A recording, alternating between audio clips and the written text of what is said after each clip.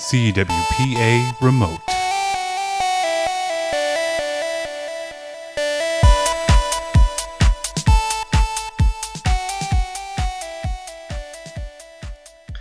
I'm Ed Hawes, the Director of Communications for the Collegiate Water Polo Association, and this is CWPA Remote. Joining me today is Jay O'Neill, Head Women's Water Polo Coach at St. Francis University in Loretto, Pennsylvania. How you doing today, Jay? I'm great, thanks. How are you? Good. Obviously, the season's been kind of shut down because of the coronavirus. How's that impacted St. Francis, and how have you been keeping yourself busy?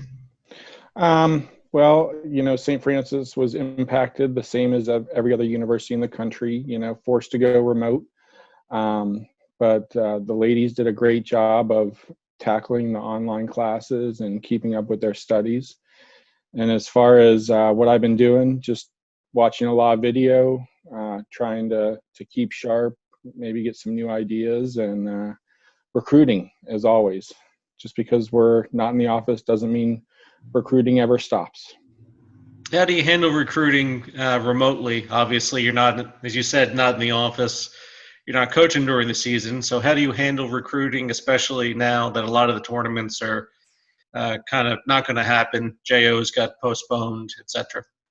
It's definitely been a little more of a challenge just as far as being able to evaluate athletes. We're getting a lot more video than we have in the past because you can't see players playing live.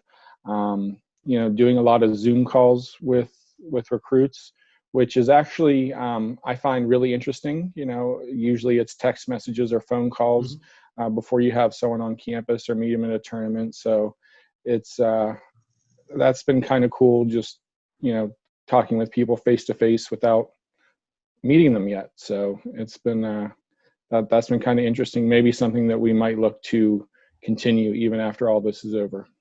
So kind of get a positive out of the negative. Right. Yep. Always have to try to get a positive out of the negative. Obviously, your season got cut short. You really didn't get into a pretty good flow for the season. What did you expect from St. Francis this year, and what's your expectations of the program in the coming years as you continue to build the program up?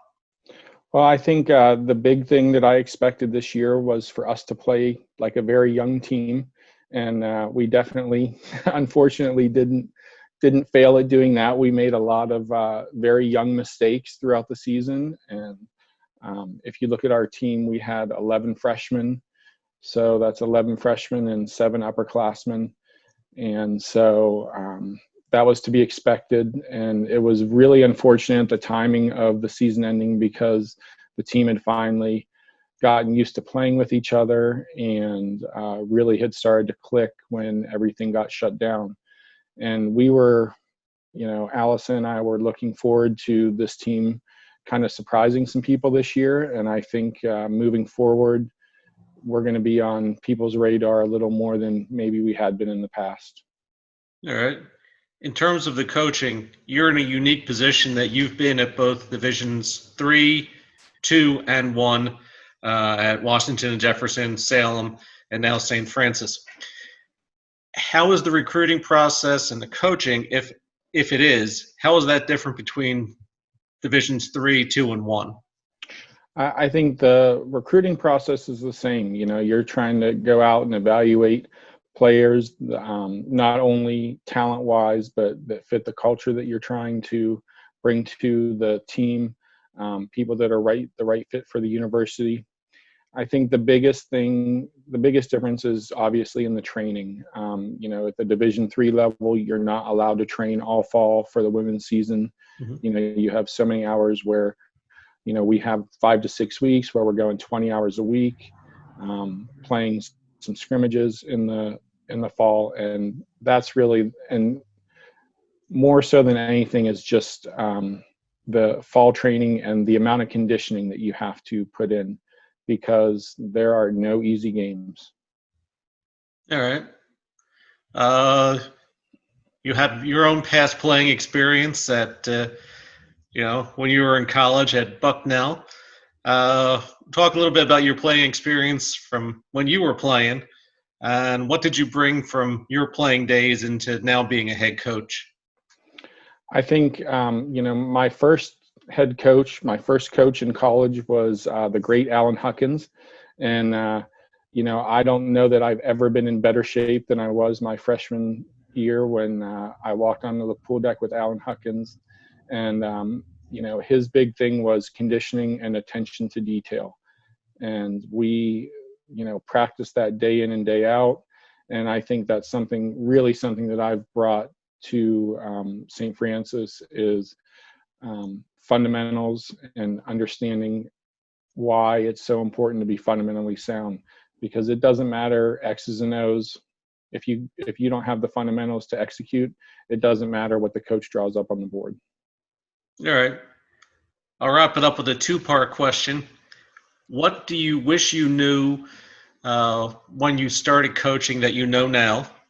And then the same for when you were a college athlete. What do you wish you knew when you started at college, when you got to the conclusion of it, when you wrapped up your senior year? I think the answer to both questions is really the same thing, and that is working on fundamentals every day. It's probably the hardest part of water polo because it's very boring and it gets repetitive. And, as an athlete, you don't really see the benefit of it. And as a young coach, you're just trying to get wins, probably working tactically more than fundamentally. So it's really the answer to the question is the same, and that's always be working on your fundamentals. And it's going to be boring, but the more you go through the motions rather than trying to perfect it in practice, the less likely you're going to be able to execute it in a game. All right. Coach O'Neill, thank you for doing this for us. I appreciate it. You're welcome, Ed. Thanks. Stay safe out there. You too.